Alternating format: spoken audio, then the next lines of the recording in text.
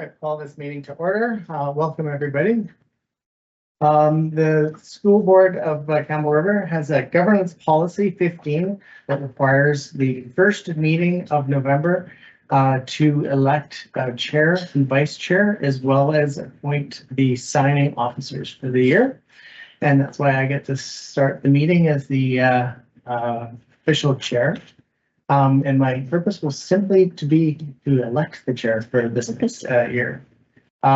So with that, I would like to call for nominations for the position of the board chairperson for the upcoming year.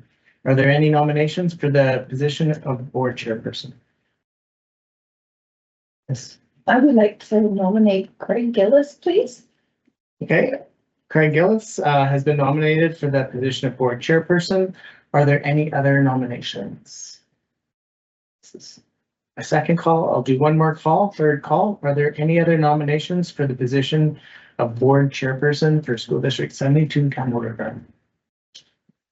Hearing no further nominations, nominations are closed, and I'd like to declare that Craig Gillis has been elected by acclamation to the position of board chairperson for the coming year. Congratulations, Craig. Thank you. Thank you. You are new board chair. And with it comes my own chair. Yeah. Oh, you didn't like that, Karen? I like to sit up. Well, thank you. I really appreciate this opportunity, and I certainly want to, at this point, acknowledge that I have the support of previous chair Kat Eddy, who is involved in some very bigger career changes and such at this point, and she's going to be a wonderful mentor. We've talked a lot about this, and as a chair and as a vice chair, I think she's left an incredible imprint, and we will still have her as a very vibrant part of our board. So we are looking very forward to sharing that expertise and that guidance. I will open the nominations now for vice chair, and then I'd like to return after, if I could, for just a few other comments. So hopefully I can do this as I am supposed to. I'm asking if there are any nominations for the role of vice chair. Yes. I'd like to nominate Joyce McMahon for vice chair. Thank you. Joyce McMahon, do you accept that nomination? I do, thank you. Thank you. Are there any other nominations? Are there any other nominations? Hearing no further nominations, I say nominations are closed, and I declare that Joyce McMahon has been elected by acclamation to the position of board vice chair for the coming year. And I think I do this, don't I? To say, I think I will be looking to you for some guidance. It's a new challenge for me, and I take it on with a lot of respect for the way that it's been done in the past. So wish me luck. Okay, thank you so much. Okay. And now I would like to acknowledge that School District 72 operates throughout a large geographic area. Campbell River and Quadras schools and our school board office are located on the traditional territory of the Liquido people. School District 72 also encompasses the traditional territory of the Klahoos on Cortez, Comox and Sayward, and the Hamalco Butte Inlet First Nations. And as I say that, I just want to remind myself that as a young child of about 4 years old, I lived at Buttle Lake when my parents were working in the logging camp there. They were at that time, they were building the dam, and my uncle Ivan had a contract for the logging. So I lived in the logging camp for that period of time. Little did I know that Campbell River was going to be my home many years later, and I would return to this traditional territory. So it's quite wonderful to now know that this has been my home since, well, I guess I returned in 1976, and I haven't aged at all. I just remind everyone that there's a short production delay between the live event and that you are viewing and meeting participants. The question and answer function is open online for questions on agenda items throughout this meeting. And a final call for questions will be made after the last agenda item, and questions will be addressed at this point in the session.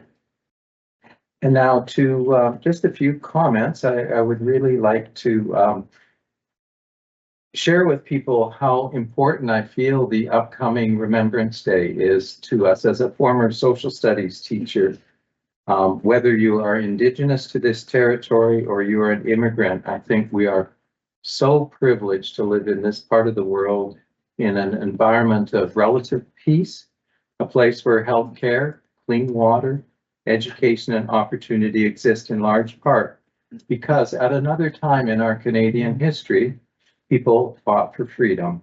And I think it becomes more difficult as the years progress to truly understand the sacrifices that were made. And so that's why I think wearing our poppy reminds us that we are indebted to those who gave us this opportunity. I think it's important to pause to appreciate, lest we forget. I'd also like to take time to acknowledge two important people in our school district who were recognized at our recent Rotary function. Daybreak Rotary Club celebrated community contributions through an award we call Paul Harris, the Service Above Self Award. And I want everyone to know that Dana Roberts, a respected Likwito Pakwala language teacher, culture teacher, who shares time between her nation and School District 72, Campbell River, was honored by Rotarian Cam MacArthur, and our very own trustee, recent retiree, although I don't believe her. It might be a myth. Joyce McMahon was recognized for over 50 years of early childhood education by one of her former Leishman Road students, Glenn Clark, who actually cooked the whole dinner for the people gathered. So both received heartfelt tributes. Also, just a note that this is an exciting time for athletics in our community.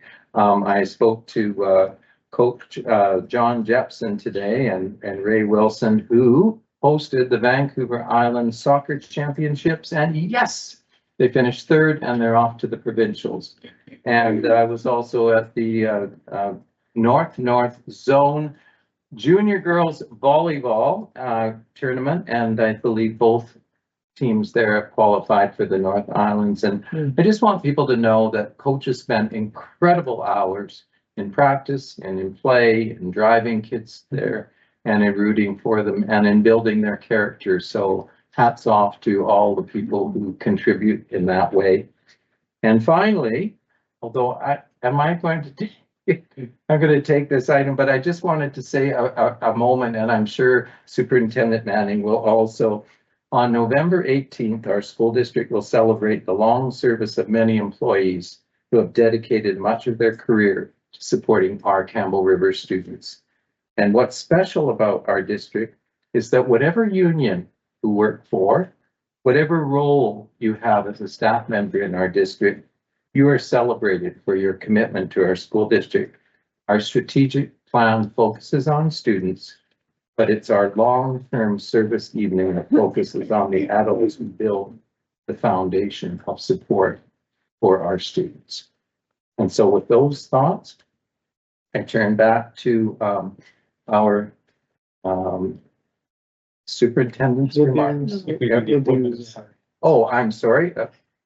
Here I am already messing up. That's all right.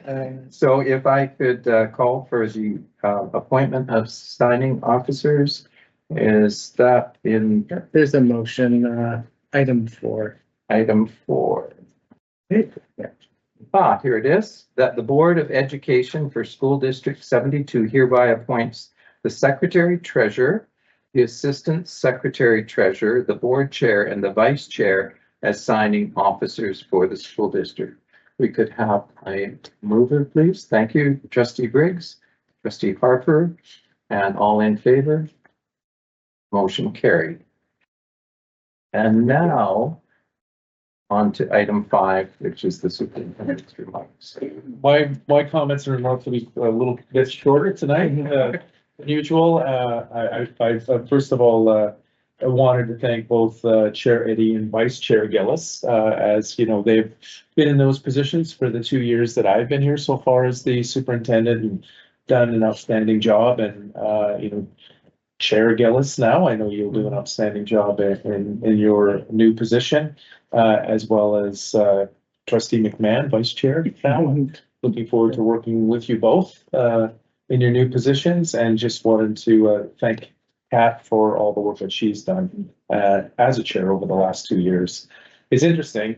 Kat and I had this little dynamic happening in all of our previous board meetings where, you know, we never shared what we were going to talk about, and many times Kat would take about half of the things that I was going to talk about, and so I'm wondering how our role will develop. You know, you've had the thousands. Craig. So I just wanted to say, I wanted to tag on to what Craig said about what Chair Gillis said about Remembrance Day. It is a very important time of year for us in the school system.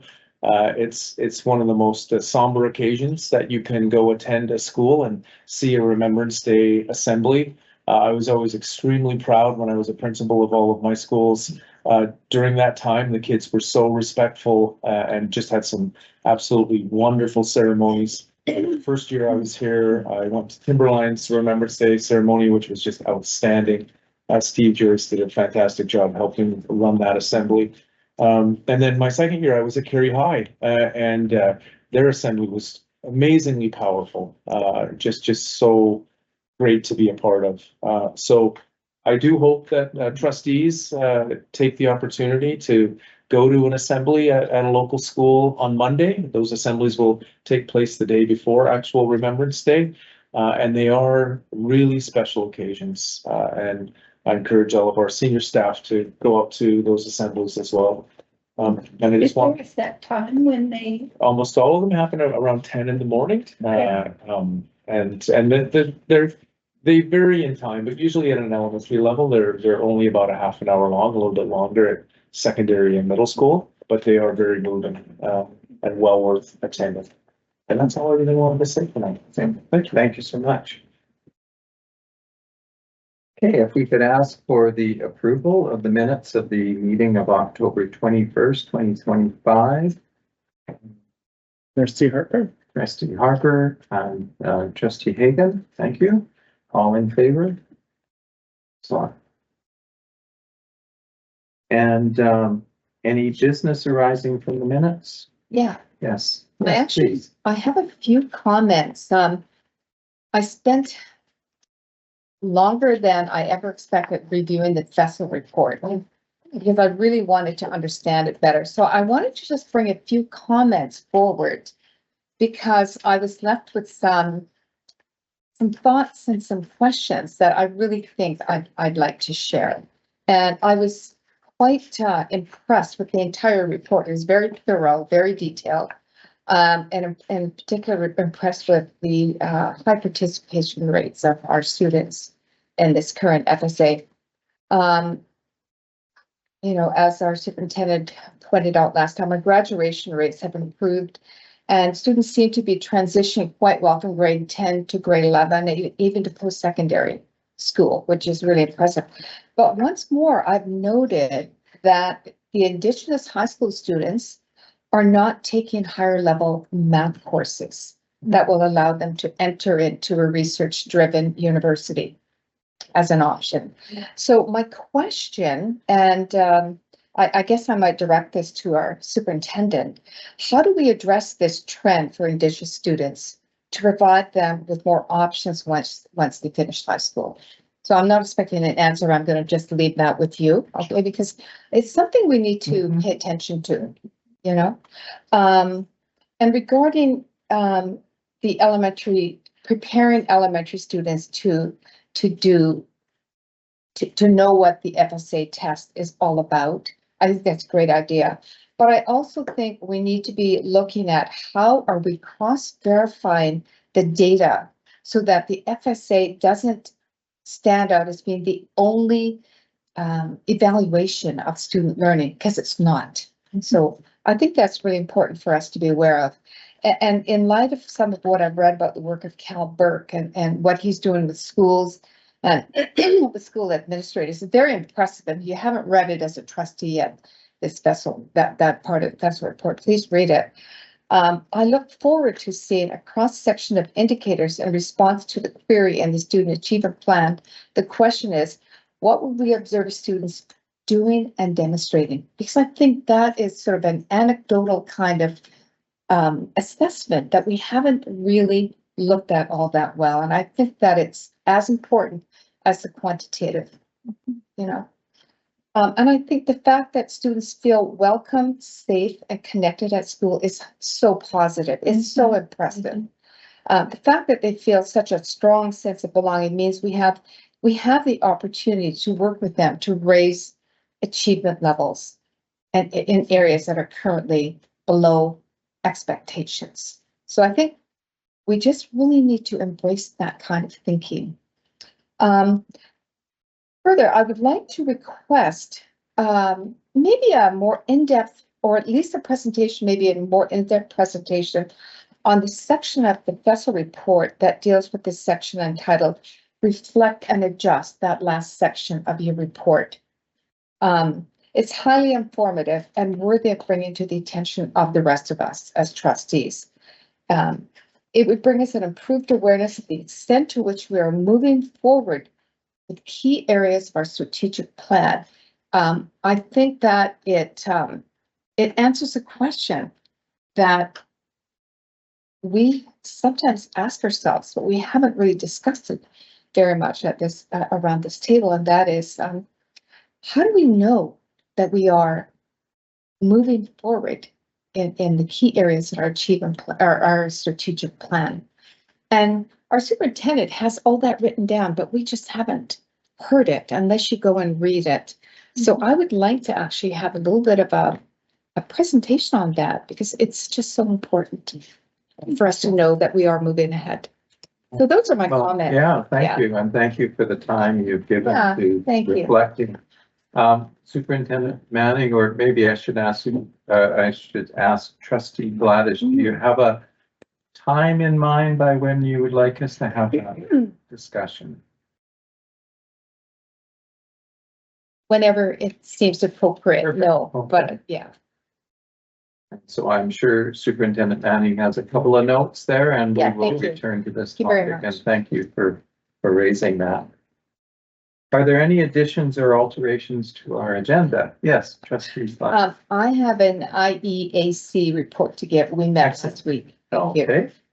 And that is item C. 18C, if we could ask IEAC report. Thank you.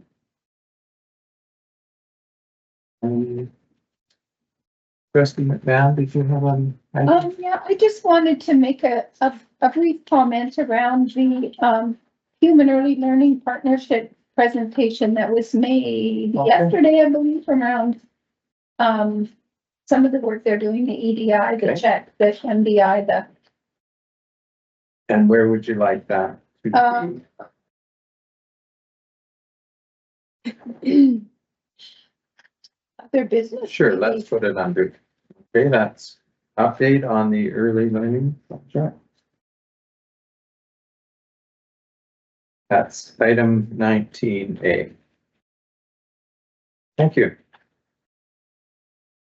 Okay, with those additions, I ask for approval of the agenda. Shannon, or Trustee Briggs, yes?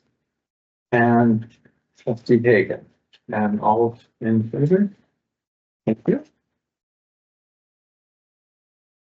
And now a report on board decisions from the November 4th confidential meeting. Now, would that be our new vice chair? Uh-oh. Yes. Yes. Okay. Well, we should be able to pull this off. It wasn't that long ago that we were there. Tonight we had some discussions around labor and legal. And I think we had a presentation as well on our energy usage. So Thank you.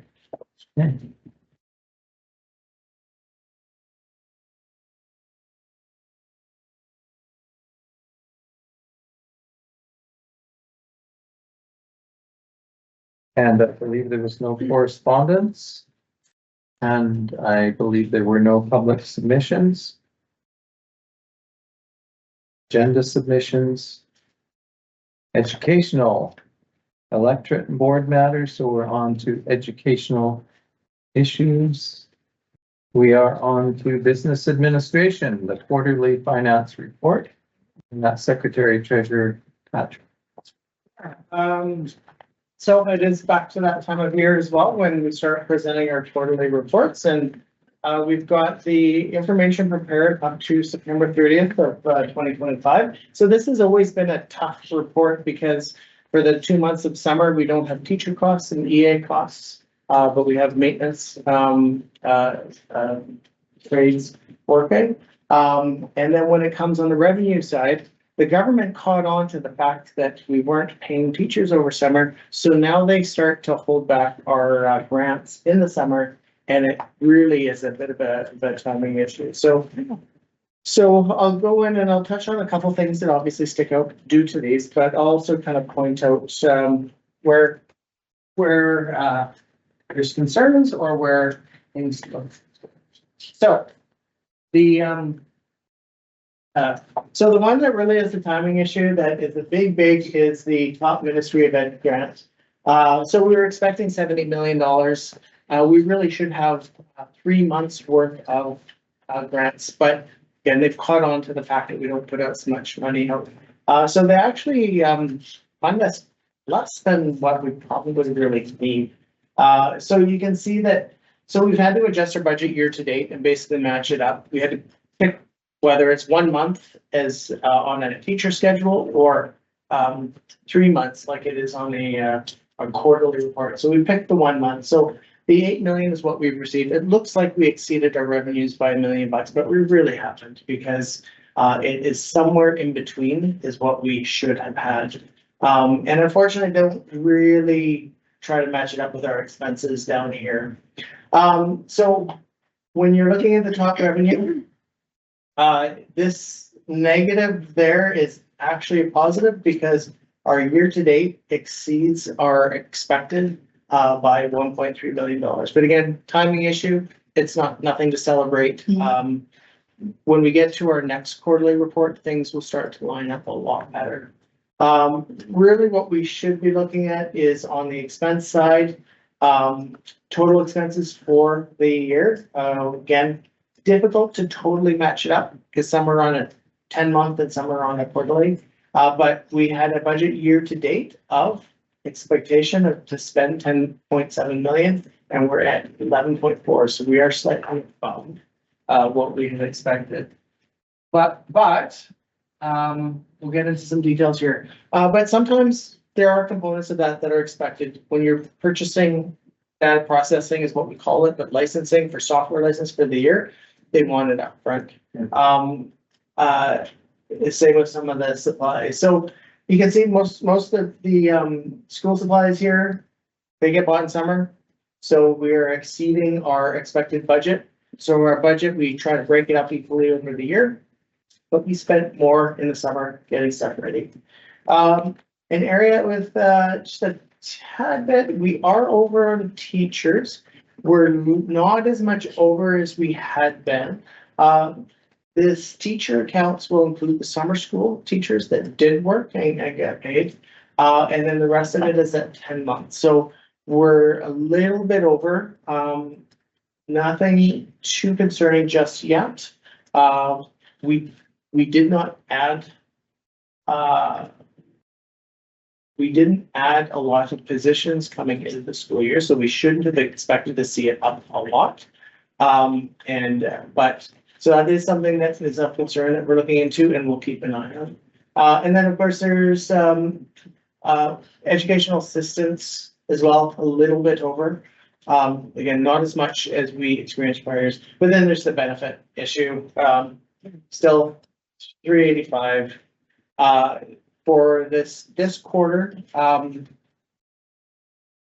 The benefit cost for quarter 2 will come down a little bit, but we continue to chase that to try to budget, increase budgets to capture it, and so that the budget will match the expenses. Yeah, there's not a lot of management in it. It really is about making sure that that budget is high enough to actually, allocate the benefits.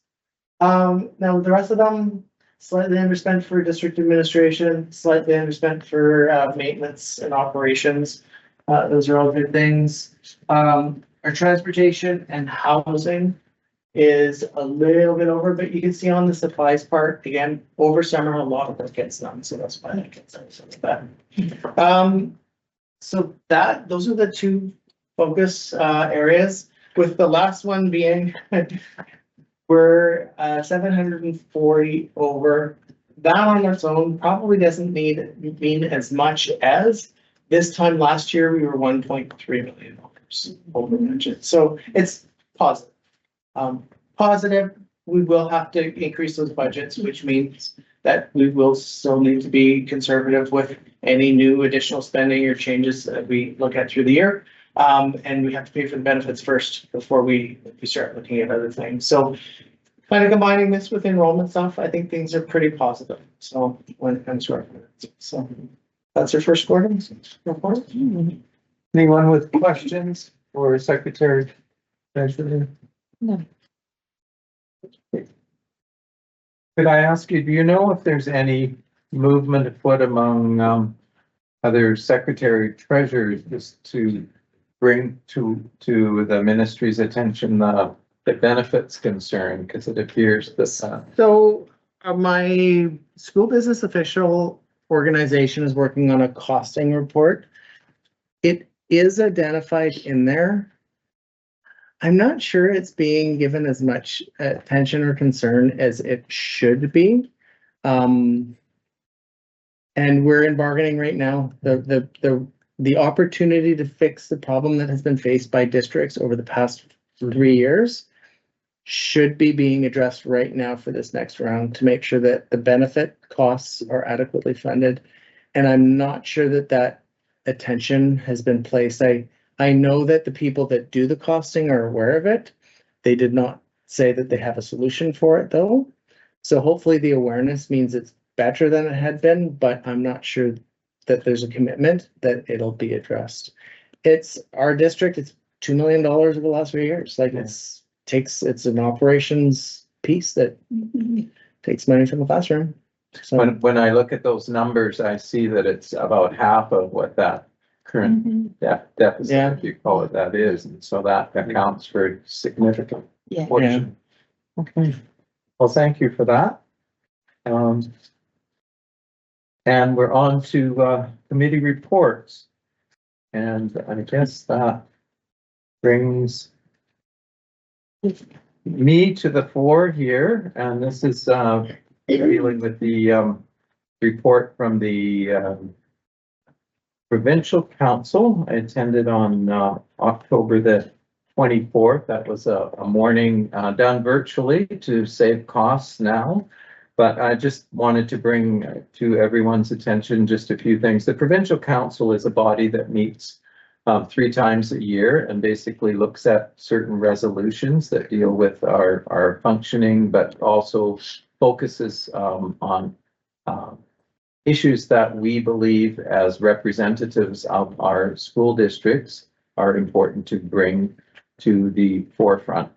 And so there are 3 advocacy goals currently: increasing funding to support education services, to build champions for public education, and to promote candidacy for the upcoming municipal elections.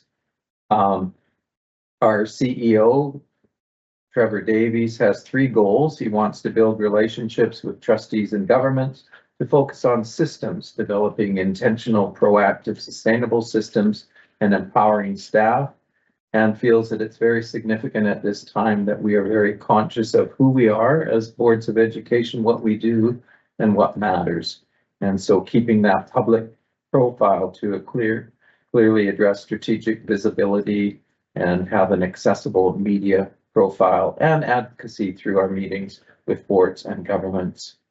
The CBA, which is the Canadian School Boards Association, which will be having its conference in Whistler in early July, is focusing on national food programs, infrastructure needs, mental health, and Indigenous Education. And then we moved on to reports from standing committees, budget planning. They need to keep in-house enough funding for 50% of the annual operating budget. The reserve is substantial. And of interest to me was the affiliated membership. Apparently, we have affiliated membership for school districts from the Yukon now. They had been aligned with the Alberta curriculum. Now they're aligned with the BC curriculum. And it was felt that primarily that partnership was going to give them access to some fairly healthy professional development.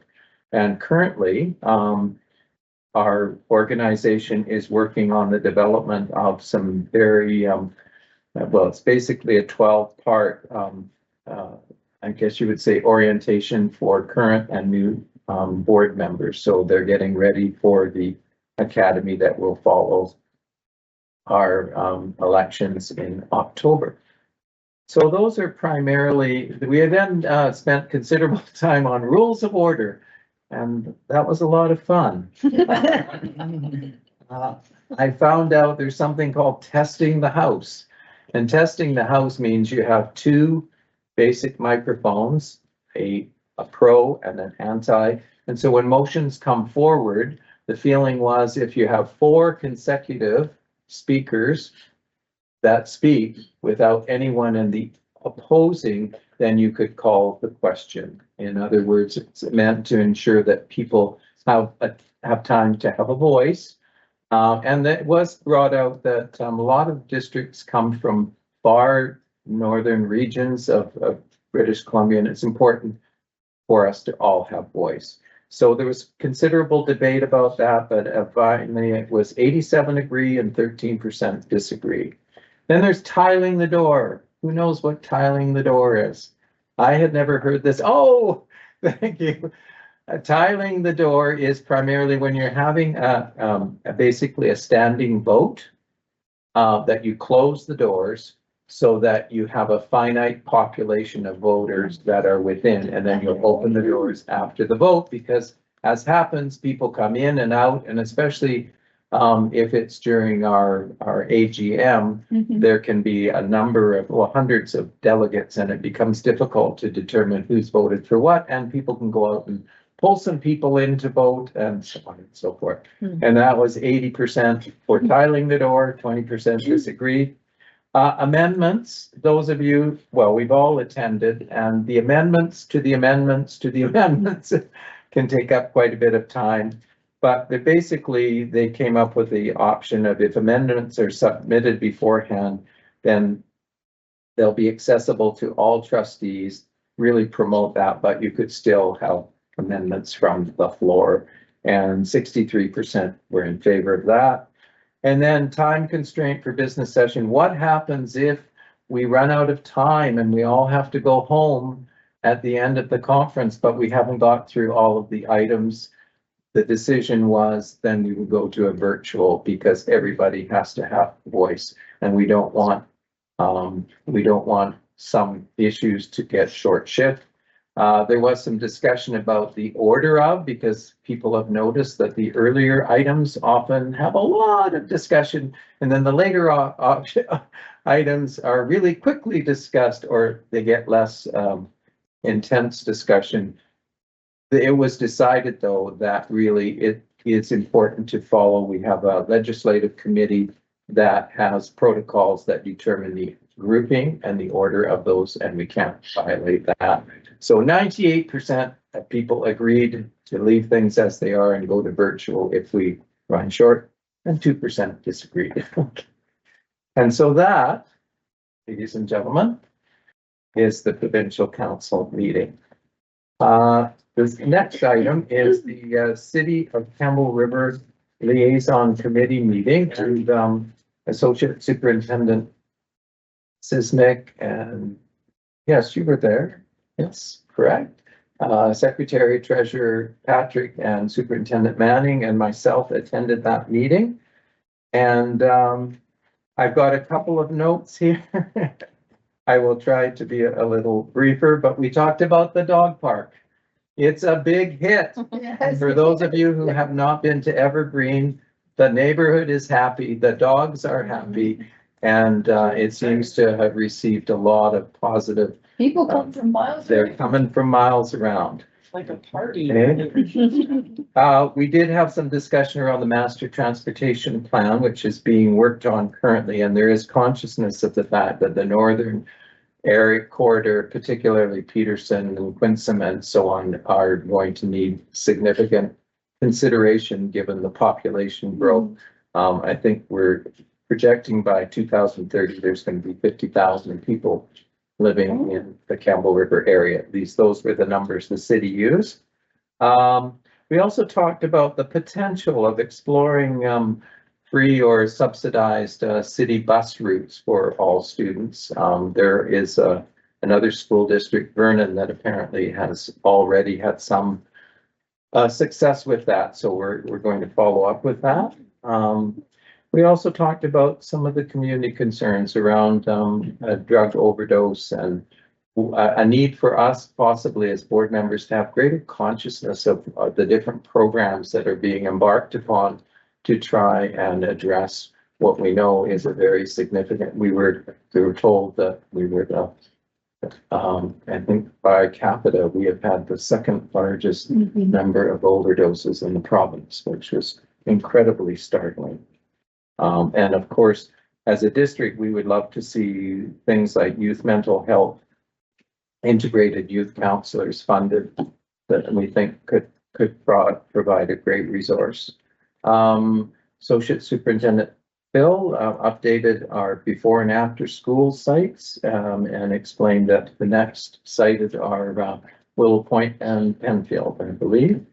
And Ishikari update, yes. Our long-term partnership is being given new life, and there is going to be a group of students, younger students arriving from Ishikari from May 16th to 30th, and then Campbell River students will be hosted in Ishikari June 28th to July 11th. We had some questions regarding the progress of Cedar, and we explained that there had been some advocacy by an infrastructure critic, and there's a wonderful promotional film that's developed by our own Jennifer Patrick that's posted on the Cedar website. And then just talked about youth parliament. It's not in place right now, or we don't have a representative, but they're working on it. Is there anything that you would I think you add to Yeah, you got it. Okay, well, thank you. And now I will stop talking and I'm going to turn things over to Trustee Gladish, who is we're very proud of her representation on this very important committee. Oh, right. Thank you. Yeah. Oh my gosh. Well, it was a full day on Zoom. I didn't realize how hard it is to be on a Zoom call all day. Anyway, we got through it. I won't tell you everything because it's just too much, but there's some parts that I wanted to report on. I should say for any of the viewers that the IEAC, Indigenous Education Advisory Council, is a group of BCSTA. So there's several of us from many different parts of the province, some very remote and others like me, not so much. But it was a very deep discussion on some things. So they were really impressed. Trustee Ransom from the Pacific Rim raised this awareness and support for the presentation at our Vista conference by Natalie Red-Wolf-Polk, and spoke so highly of her, so much so that this group wants to get in touch with her and maybe have a presentation. So she might be on the road. Yeah. Who knows? Anyway, it was very good, very well received. There was discussion. There's a standing item on the agenda called Truth and Reconciliation. So there's discussion about that. And so members were engaged in a very meaningful discussion about aspects of that, noting that we are at a pivotal moment in our collective journey. I thought that was a really interesting phrase. Trustees are seeking to act as genuine allies and to align their actions with reconciliation principles. If we think about that for a while, I think that most of us would agree with that, but it would be helpful to actually have a bit of a discussion about it. So that's just a bit of a summary about that. I guess my comment about it, that this discussion prompts maybe our board to reflect on how these commitments intersect with our strategic priorities and our ongoing activities. So I think the fact that we had that panel at our Vista was clear that we are aligned with that. The next standing item was UNDRIP, United Nations Declaration on the Rights of Indigenous People. And several focus areas were identified as aligning with UNDRIP's inherent goals, including, and I think it's true for us, land-based learning, Indigenous language instruction, and accessibility. And so I won't go deeply into that, but I wanted to just raise the fact that those three were definitely, it was agreed that these are very much a part of each district. I went to look at actually the report from the government that was tabled in August this past summer by Honorable Minister Sean Fraser from the Department of Justice. And it's actually quite interesting because there's a section on education there. And so I thought, hey, I better read this and find out what they're saying. So I recommend you have a look at it, and maybe we look at what we're doing through the lens of UNDRIP as well, because sometimes it's hard for us to really be clear about what those aspects are. There was quite a lot of discussion about a finesse attendance initiative, and it caught my attention because of the recent results we've had and how are we doing with numeracy and literacy. And so FNESC and the First Nation School Association are addressing an ongoing, what they call an attendance crisis. They've developed a toolkit to address that for this First Nation schools that they work with. So some of their beliefs are this: students cannot learn effectively if they're not attending regularly, which makes sense. Interruptions in attendance routines make returning to school more difficult.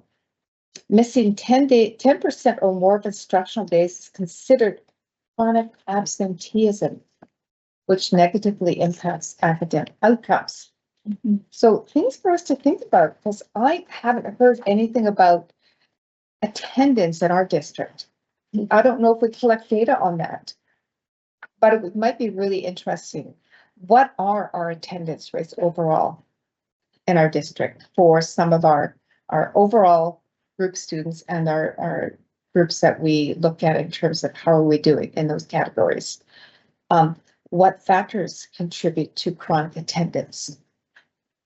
And I guess to how do we address, kids with chronic attendance? How do we embrace them and bring them in, and how do we support them?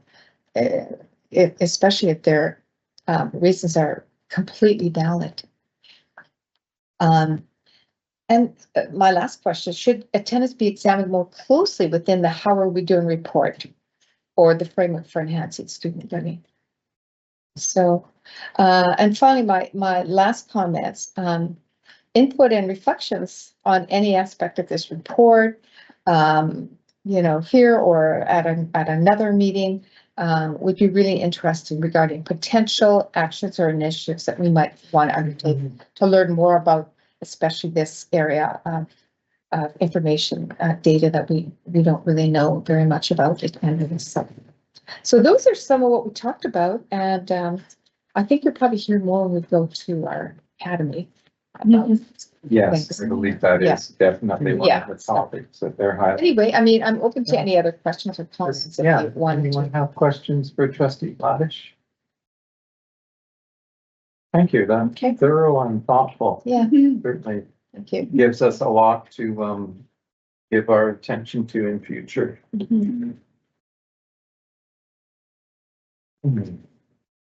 Well, that brings us then to item 19, which is the early learning project, and our Vice Chair, McMahon.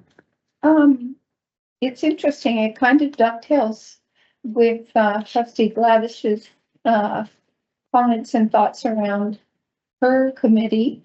On Monday, the Human Early Learning Partnership out of UBC gave a report. I don't know, did you attend, Phil? Did you see that?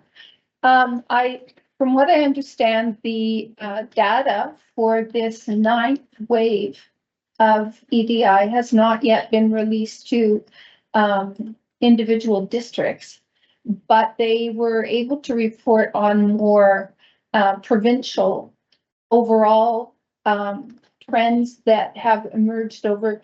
HELP is, as the name suggests, Human Early Learning Partnership is dedicated to better understanding and collecting data around trends in child development and the elements within children's lives that contribute to who they are and how they learn and how they interact with the world. There is a series of surveys that they've developed over the last 30 years, I think.